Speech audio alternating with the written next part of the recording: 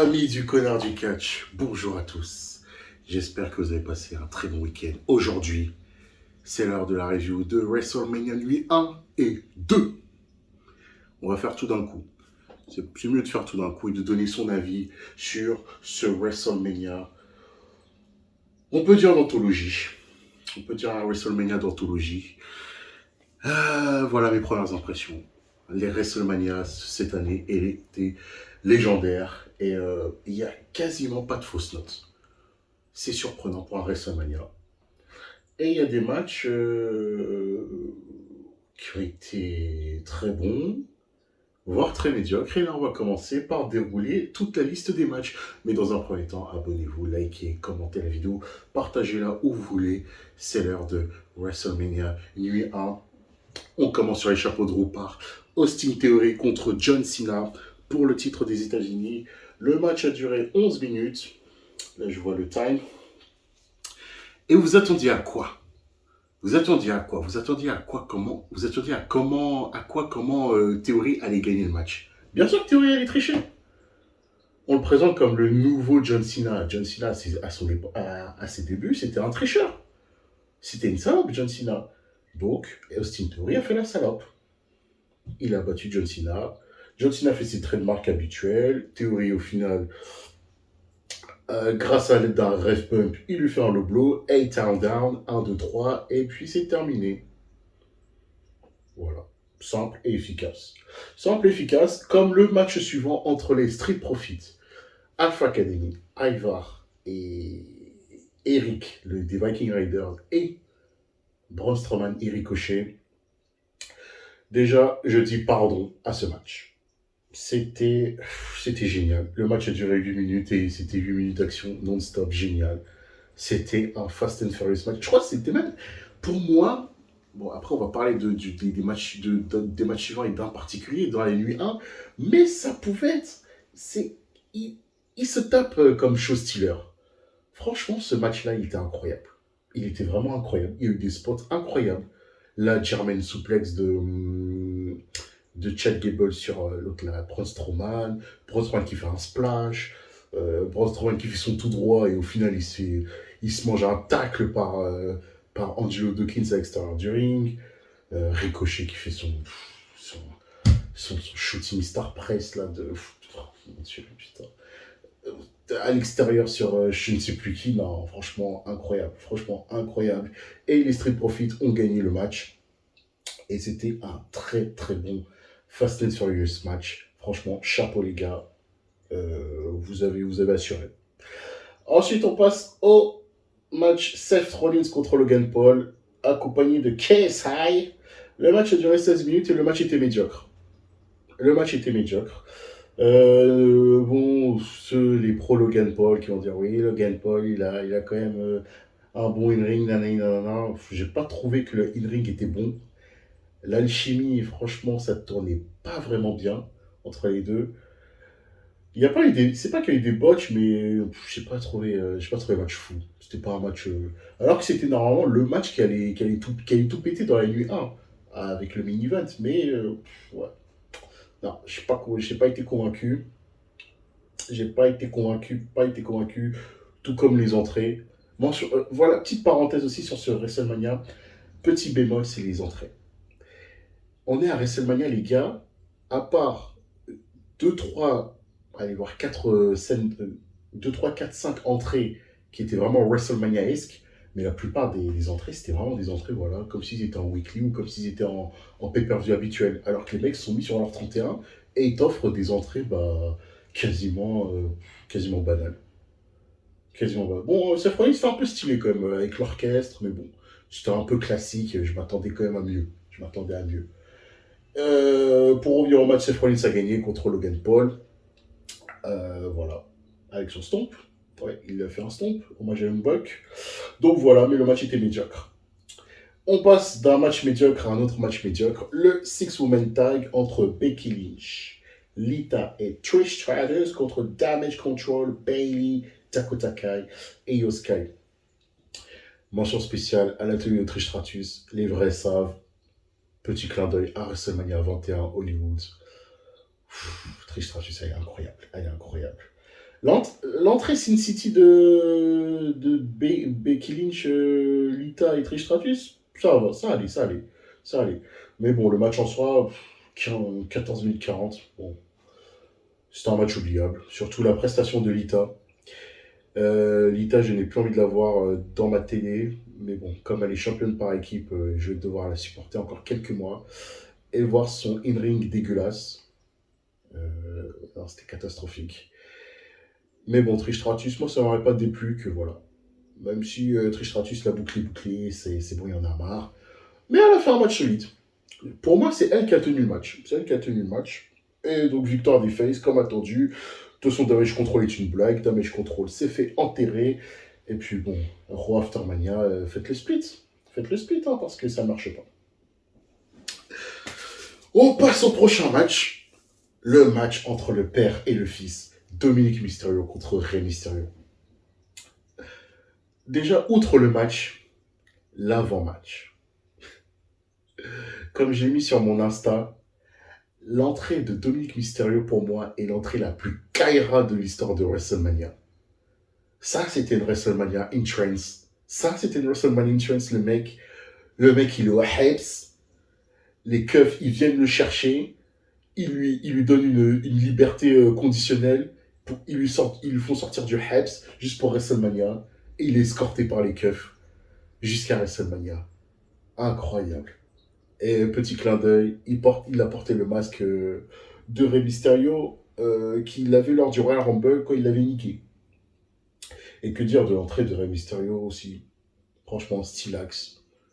Petit medley entre Snoop Dogg, Dr. Dre, Nothing But a G-Funk, Bouyaka Bouyaka, I I Steal, I Cheat avec la voiture. Eddie Guerrero style. Bel esprit, bel esprit. Déjà l'avant-match est déjà bel esprit. Déjà, tu t'attends déjà que le match il soit bon. Et le match a été bon. Bon, il était bon. Je m'attendais à un match exceptionnel entre les deux. Mais le match a été bon. Victoire de Rey Mysterio. Bon, je vais pas vraiment rager parce que ça peut sembler logique. Ça peut sembler logique que Rey Mysterio batte Dominique. Donc je pense que la feud n'est pas réellement terminée. Donc voilà. Donc voilà. Mention spéciale aussi à Alia. Alia qui s'est mangé un gobelet, un verre de soda sur elle par son frère Dominique. Et bien sûr Rey Mysterio qui a fouetté son fiston devant tout le monde. Comme au Blade. Comme on en parlait au Space, on parlait du tweet là d'un mec qui avait mis que Rey Mysterio aura l'esprit de Joe Jackson. Il a eu l'esprit de Joe Jackson. Il a fouetté son fils devant tout le monde. C'est pas une disqualification normalement, oui, mais bon, c'est WrestleMania. Et là, on va passer au match, peut-être du week-end. Je pense top 3, voire top 5 du week-end. On parle bien sûr de Rhea Ripley contre Charlotte Flair. Donc déjà, on va crever l'abcès. Sur mes previews et sur les WrestleMania previews, moi, je préconisais un squash pour Rhea Ripley. Mais en soi, Charlotte Flair, encore une fois, elle a fermé des bouches, elle a fermé ma bouche. Parce que moi, honnêtement, j'étais assez dubitatif sur son niveau depuis son retour. Parce que franchement, Charlotte Flair, elle n'a pas fait des masterclass. Déjà qu'elle avait battu Ronda Rousey en 45 secondes pour son retour. Ça l'a foutu un peu mal. Mais au final, que dire de ce match, hein, franchement. Et je l'ai vu en live. Le lendemain, dès que je me suis réveillé, le premier match que j'ai voulu revoir, c'est celui-là. Ce match était exceptionnel. Ce match était exceptionnel. C'était un match à la fois technique, stiff, il y avait tout. Il y avait vraiment, c'était un match vraiment, comme si c'était un match à l'ancienne, un match technique et du drama. La, la souplexe là, de Rhea Ripley sur Charlotte. Charlotte qui retombe sur son nez. Tu le vois, elle est en train de, elle est en train de, elle s'est ouvert un peu au niveau du nez, elle saigne. Le rip, pour moi, c'est l'un des moves l'un de mes moves préférés de ce week-end. Le Riptide contré en DLT. Oh, yo, yo, yo, yo, yo, yo, yo, yo. Mais franchement, les moves ont été bien. Je ne veux pas dire que c'était exécuté à la perfection, mais franchement, c'était quasiment imperfect. Alors que pour moi, c'était pas gagné. Parce que franchement, il faut le dire honnêtement que le début, la foule, tu sentais elle était pas investie au début, mais au fur et à mesure, Rhea et Charlotte ont emmené la foule. Et elles ont produit un classique, voilà. Elles ont produit un classique. Charlotte, voilà. Charlotte, encore une fois, elle a un classique à son actif. Et victoire de Rhea Ripley, bien sûr, parce que je ne cache pas que moi j'ai flippé. Hein. Franchement, j'avais des sueurs froides. Hein, parce que quand à kick out le Riptide et tout, bon, après, je me suis dit, ah, est-ce que Charlotte finalement va gagner là? Ah putain. Petit truc bizarre dans le match, c'est que on dirait qu'il y avait deux ref bumps qui ont été foirés ou pas, mais je sais pas. Je sais pas trop. Jessica Kerr, je sais pas si c'était prévu qu'elle évite les ref bumps, mais bon. C'était anecdotique et au final, Riptide de la deuxième corde. Et voilà, 1, 2, 3, victoire de Rhea Ripley. Par contre, Charlotte, arrête de faire comme Sasha Banks, comme il y a 2 ans là. T'as perdu. Gars, ne brise pas le kayfabe. Là, t'es encore, voilà. Limite, on dirait Charlotte, elle a voulu monter sur la ring et serrer dans ses bras Rhea Ripley. Je parle bien sûr quand tu la vois allongée à l'extérieur, elle se met à sourire. Elle se met à sourire. Mais meuf, tu t'es fait soulever là, tu t'es fait soulever. Tu t'es fait soulever. C'est comme si, bon, on en reparlera dans le prochain main event de NU2, mais non. Non, là, je n'étais pas d'accord. Là, franchement, ça m'a un peu sorti du match. Mais bon, classique. Allez, je vais mettre un 4 étoiles et demi à ce match. Pat McAfee, tu me casses les couilles, va te faire enculer.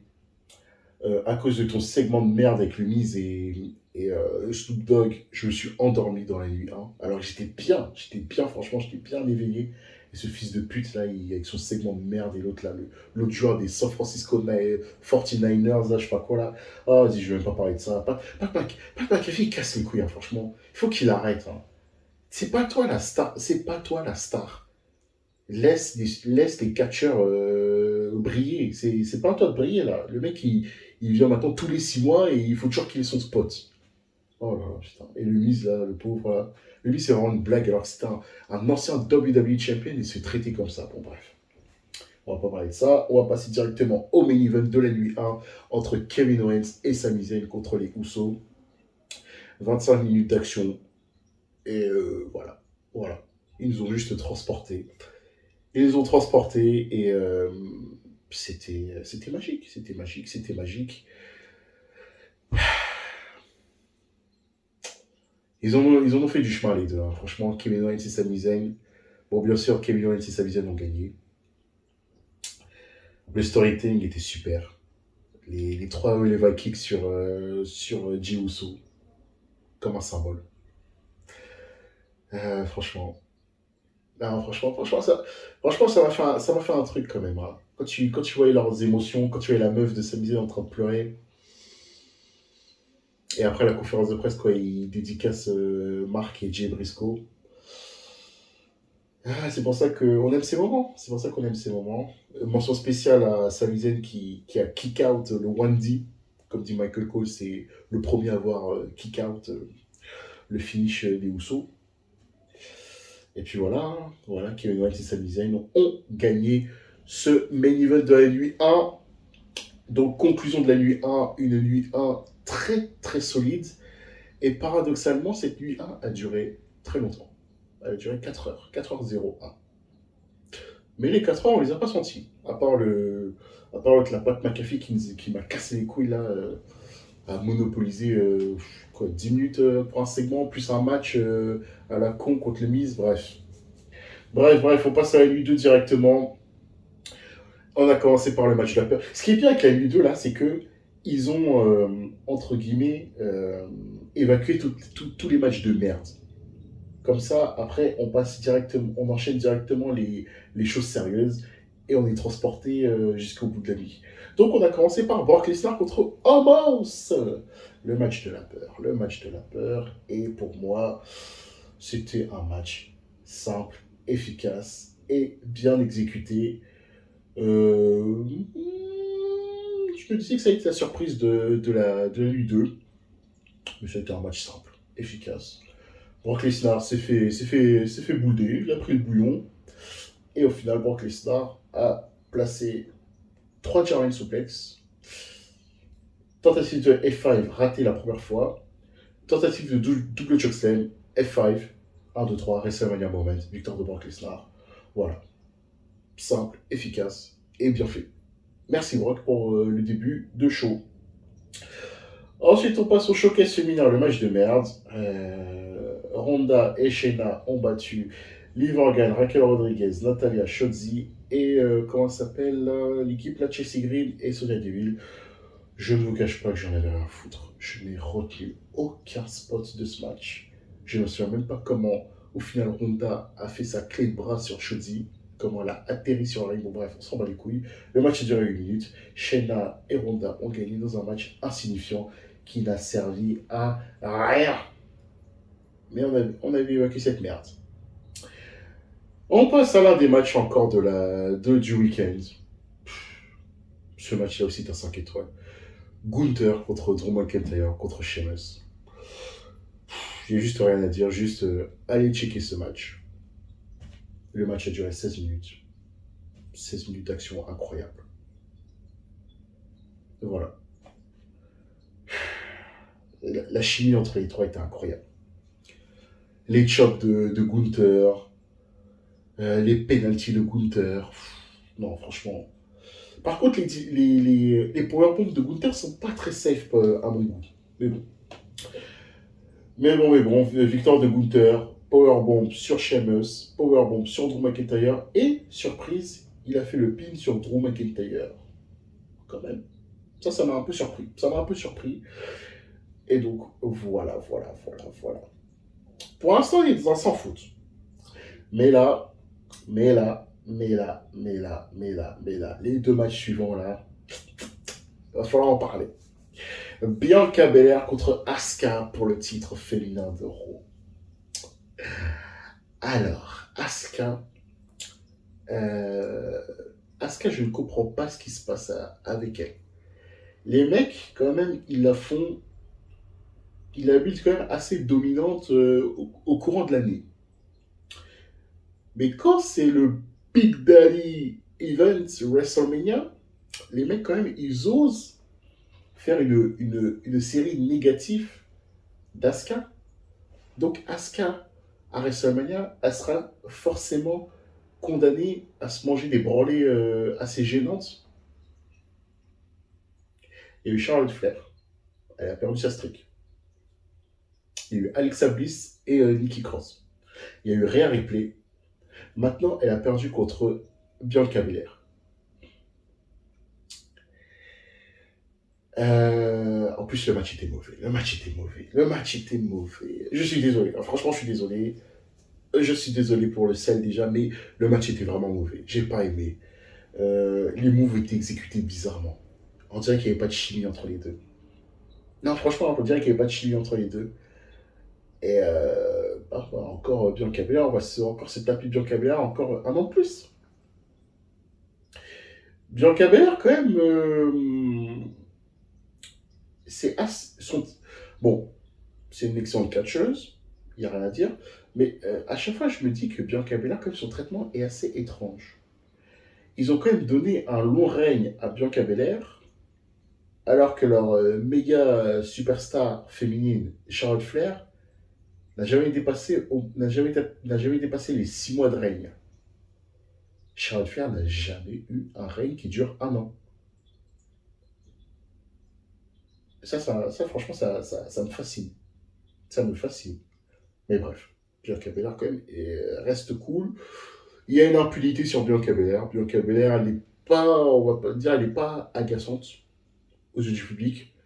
Donc, bah, on repart sur Bianca Belair, toujours championne, mais bon, ça casse un peu les couilles. Est-ce qu'on va parler du moment gênant de ce week-end, de ce WrestleMania week-end entre, encore une fois, Snoop Dogg, The Miz et Shane McMahon? Oui, Shane McMahon est revenu. L'année dernière, on a eu le stoner gênant entre Vince McMahon et Stone Cold. Et là, on a la blessure la plus gênante pour moi de Shane McMahon. Euh, ouais, franchement, au bout de même pas 30 secondes de match, le mec, il se blesse. Et mention spéciale à Snoop Dogg, le Miz et l'arbitre du Sikaker. Comme ça a été confirmé dans les Dirt Sheets, bah, ils ont improvisé le match. Snoop Dogg, bon, il m'a fait marrer quand même. Hein. Snoop Dogg, il fait un Snoop Dogg Hellboy, voilà. Le Miz, encore une fois. Bon, c'est un ancien WWE champion, mais bon, bah.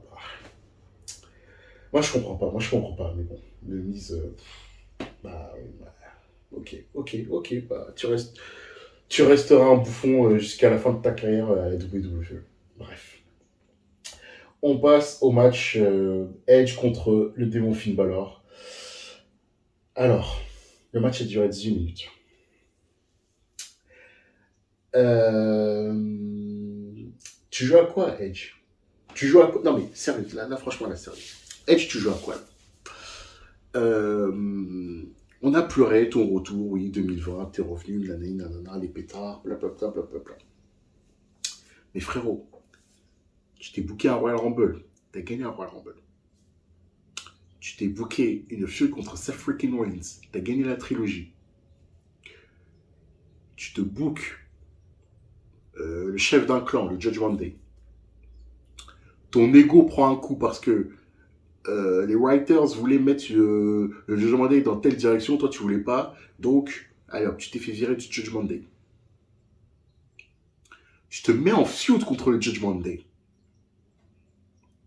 Et là, mec, tu nous écris comme histoire que là, en fait, t'as battu le Judgment Day. Non mais, non mais, non mais, ce mec-là, franchement, mais le mec qui a quand même battu le démon Finn Balor, mais d'une manière tellement clean. Bon, ça, et c'est le match, bah oui, tu pouvais envoyer n'importe quoi. Euh, le coup le jet d'échelle sur la tête de Finn Balor, bel esprit. Mais frérot, là, Finn Balor est vraiment enterré. Là, faites une pierre tombale. Notez ce qui s'est passé le 2 avril 2023 à presque 4h30 du matin.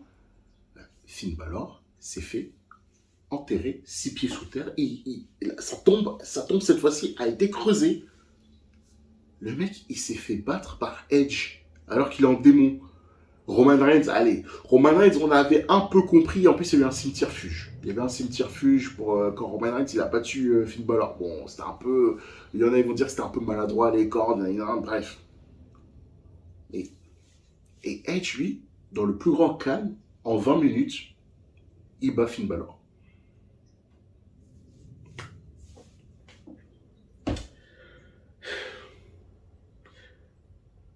Frérot, franchement, casse-toi, Edge. Franchement, casse-toi. Tu casses les couilles. Franchement, tu casses les couilles. Là, t'as enterré un clan. Franchement, je suis resté bouche bée. J'y croyais pas. Quand il fait le spear, 1, 2, 3, victoire de Edge.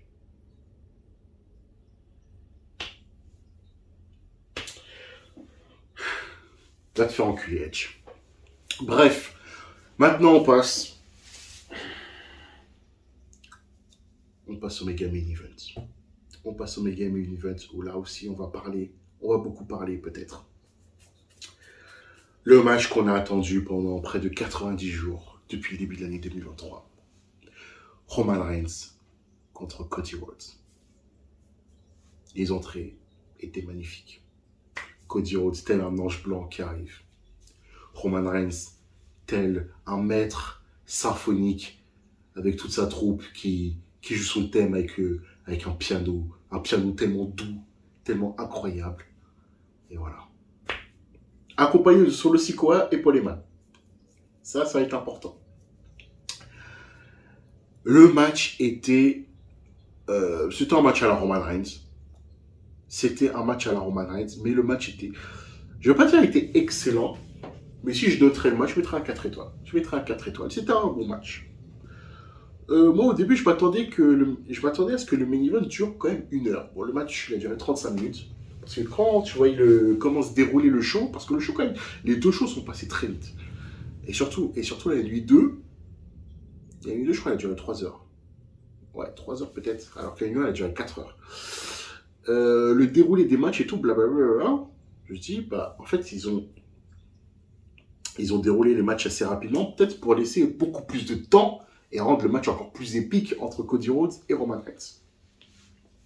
Bon, bien sûr, on a eu les classiques, on a eu des rave bumps, on a eu Solo Sikoa qui est intervenu au début avec une chaise, Solo Sikoa qui s'est fait dégager par l'arbitre, rave bump, les Usos sont arrivés, Kevin Owens et Sami Zayn sont intervenus, Cody Rhodes, je vous cache pas qu'au moment quand il enchaîne les crossroads, je me dis, oh putain, c'est bon, ça y est, c'est fait, c'est fait, c'est fait. Et au final, non, Solo Sikoa, encore une fois, comme à Cardiff, il nous met la clim, le mec il vient avec sa capuche, Samoan Spike, et Roman Reigns avec un deuxième spear qui bat Cody Rhodes.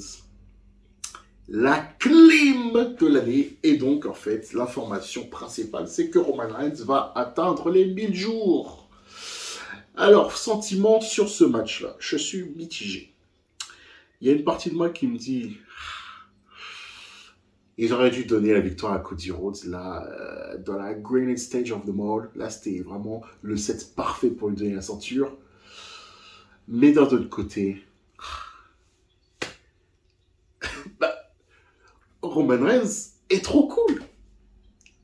Et comme je l'avais mis sur Twitter, mais l'équation Roman Reigns, elle est tellement insoluble. On a beau faire des vidéos, faire des théories, se réunir dans des chats et dire ça. Et au final, Roman Reigns nous l'a mis à l'envers, encore une fois. Et c'est ça qui est beau dans le catch. Comme le catch, c'est pas une science exacte, et qu'on veut à chaque fois quand même être surpris, mais là, cette clim internucléaire, mais elle était géniale. Elle était géniale.